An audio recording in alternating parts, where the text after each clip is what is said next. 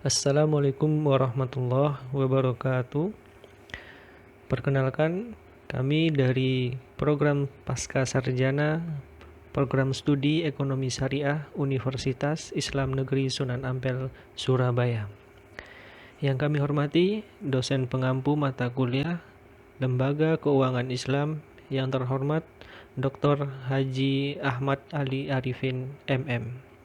Pada kesempatan kali ini, kita akan membahas tentang wakaf dan basnas. Sebelum kita mulai, perkenalkan saya Debi Wahyudi dan teman saya Abdurrahman Malik Ibrahim. Baik, untuk pembahasan pertama kita akan membahas tentang wakaf. Di poin yang pertama, tentu kita membahas terlebih dahulu pengertian dari wakaf itu sendiri. Secara etimologi, wakaf itu berasal dari kata wakofa yang memiliki arti berhenti. Kemudian secara terminologi, wakaf ialah memberikan manfaat dari harta yang dimiliki seseorang untuk diberikan kepada orang lain yang berhak dalam waktu yang ditentukan, dipergunakan untuk kesejahteraan umum sesuai dengan ajaran syariah Islam.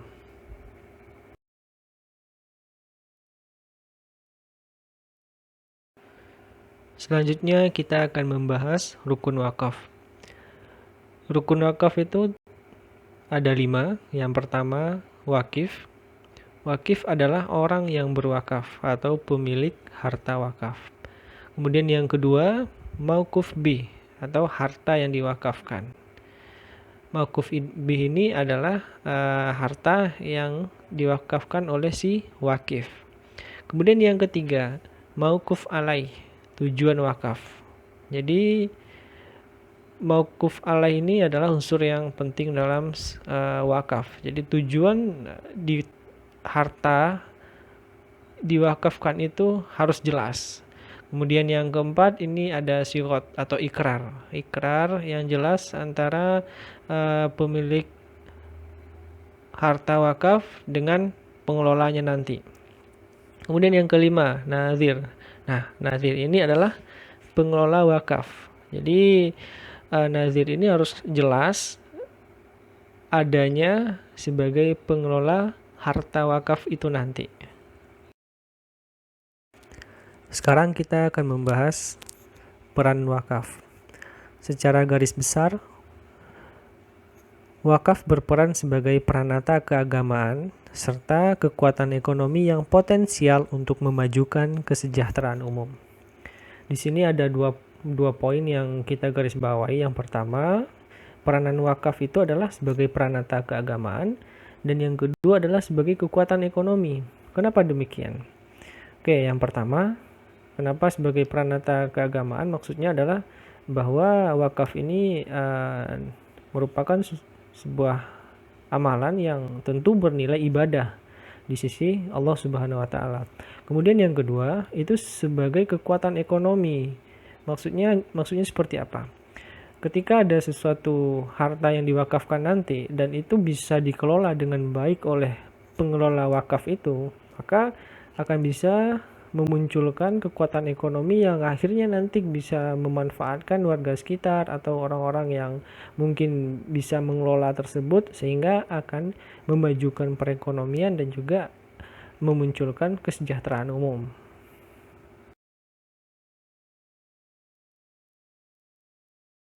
Sekarang kita masuk pada materi Basnas dalam pemberdayaan umat. Yang pertama kita akan membahas profil dari Basnas itu sendiri.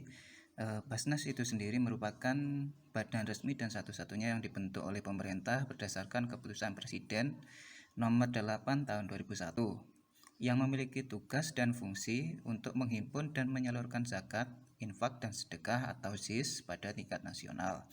Lahirnya Undang-Undang Nomor 23 Tahun 2011 tentang pengelolaan zakat semakin mengukuhkan peran Basnas sebagai lembaga yang berwenang melakukan pengelolaan zakat secara nasional.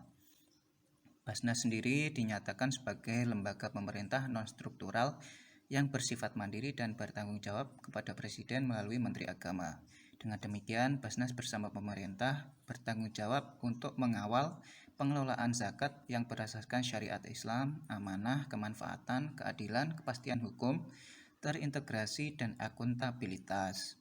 Untuk jaringan Basnas sendiri tersebar ke seluruh Indonesia dan terdiri dari 34 Basnas provinsi, 500 Basnas kabupaten atau kota, 18 amil zakat nasional, dan 19 lembaga zakat internasional.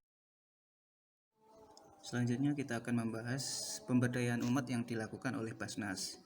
Program-program unggulan Basnas untuk memberdayakan dan mensejahterakan umat melalui pengelolaan zakat terdiri dari berbagai macam jenis, yaitu yang pertama dari bidang ekonomi melalui pendampingan usaha dengan berbagai macam program seperti BMFI, yakni pembiayaan mikro, kemudian ZCD, yakni pemberdayaan berbasis komunitas, selanjutnya LPPM, yakni pendampingan pemberdayaan peternak mustahik, dan kemudian ada LPEM, yakni pendampingan pemberdayaan ekonomi mustahik.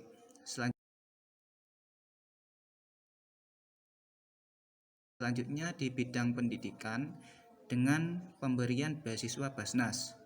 Selanjutnya di bidang kesehatan dengan adanya RSP atau Rumah Sehat Basnas.